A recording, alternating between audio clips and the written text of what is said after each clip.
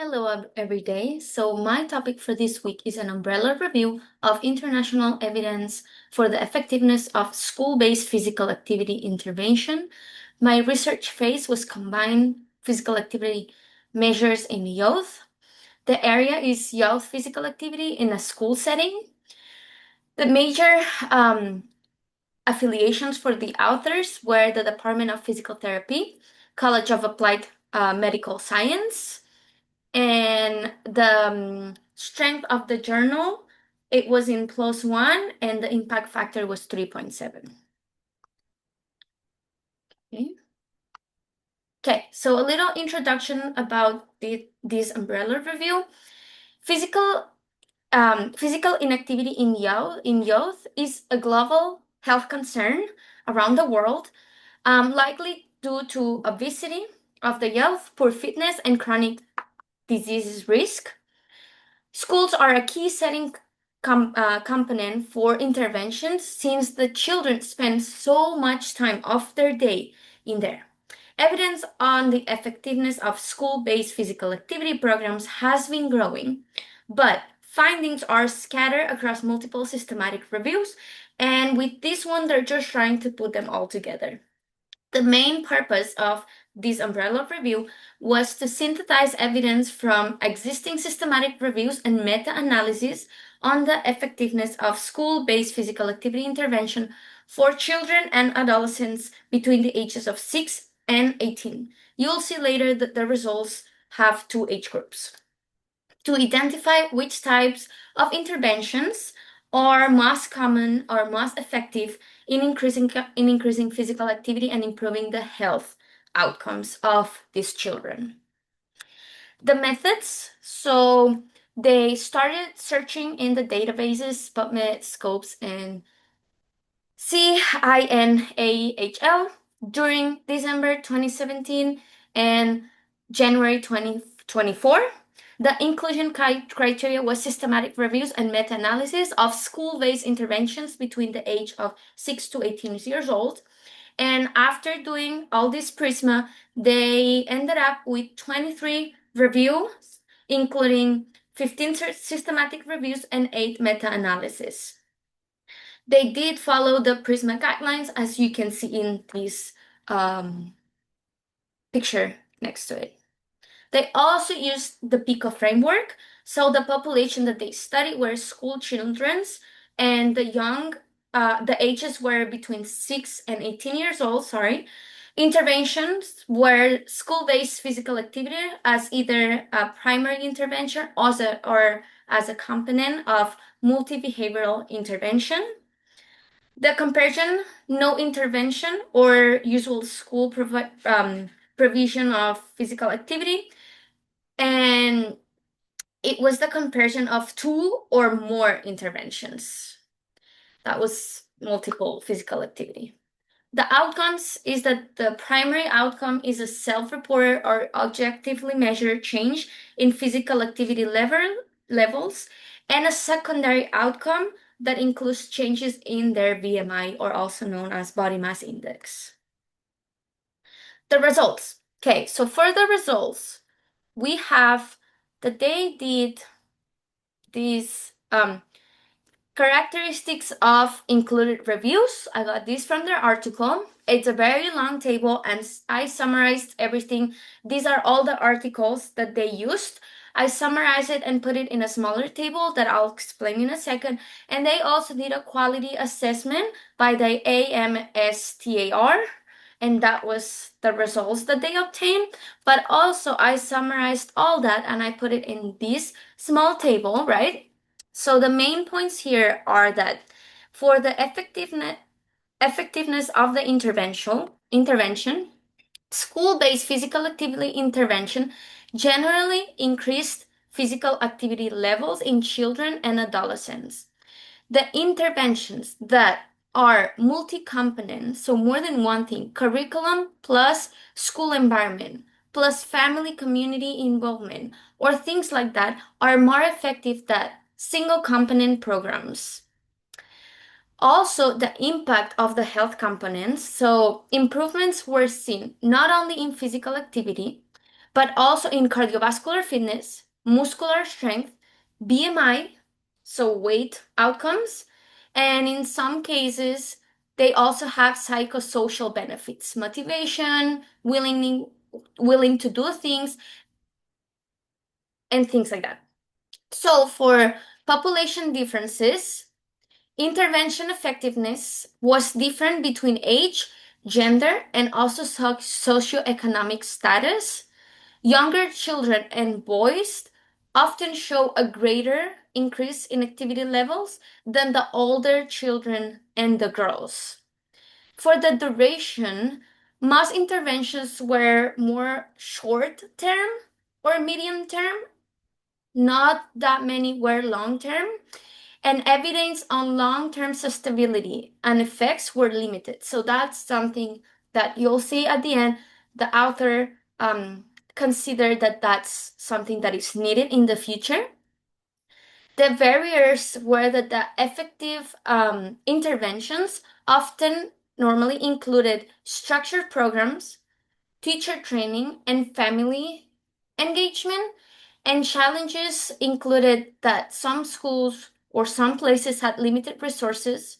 The school schedules wasn't flexible enough, and they had a lot of variability and in adherence to the physical activities.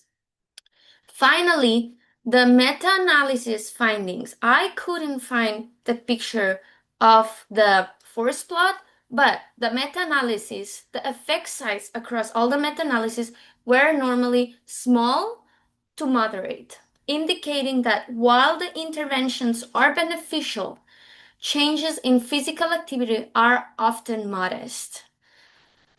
The forest plots in this article show variation across studies, highlighting heterogeneity of our results.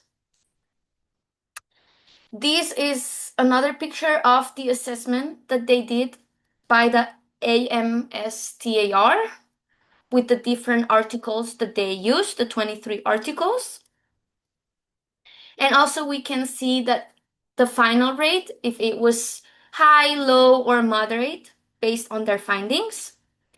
Finally, well, not finally, but the most important findings, so the things that we have to take out from this study, were that school-based physical activities interventions are generally effective in increasing physical activity levels among children and adolescents. But not only that, also it was reported a decrease in BMI with the patients that were more physically active. For connections to research phase, it supports the research phase on benefits of physical activity, confirming that structured interventions in school can lead to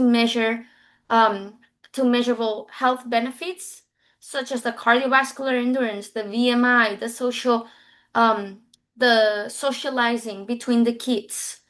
Practical applications, school can easily implement daily or weekly structured physical activity programs to improve overall student health and reduce sedentary behaviors. Okay, some strength of the study. So the study included 23 systematic reviews, so we can say that it was a comprehensive scope, a lot of articles, and meta-analysis covering a wide range of interventions. So this was a different type of physical activity interventions. It wasn't just focused on one, but they all found that these different activities had positive results no matter what they were doing, as long as they were physical active, was improving the outcomes, the health outcomes. Also, it was done in different countries and school settings, so it was very generalized. It captures both primary and secondary school population, since one part of the results were between 6 and 12 years old, and the other one was 12 to 18 years old. Its evidence-based conclusions synthesizes high-level evidence, providing a clear picture of what works and what doesn't work in the school-based physical activity interventions that we were looking at. It focuses on multiple outcomes, so not only physical activity levels, but also the fitness, the health indicators and the psychosocial outcomes that these kids had. Indication of effectiveness component, it highlights that multi-component interventions, so curriculum, environment, and family, so not just one thing, all these things together, multi-component, are more effective, which can guide policies and program designs and not just focus on one PA physical activity intervention. It has to be multi-component.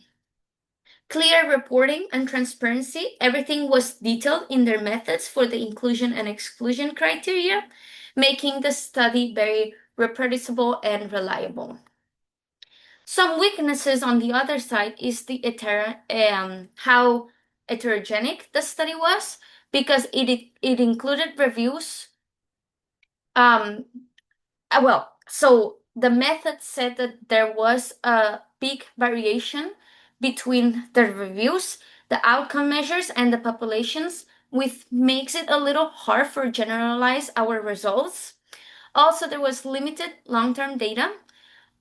As I said in the beginning, most studies were short-term or mid-term, but not a lot of them were long-term to see what the change in the behavior is in the long term, rather than just right after the intervention. Potential publication bias.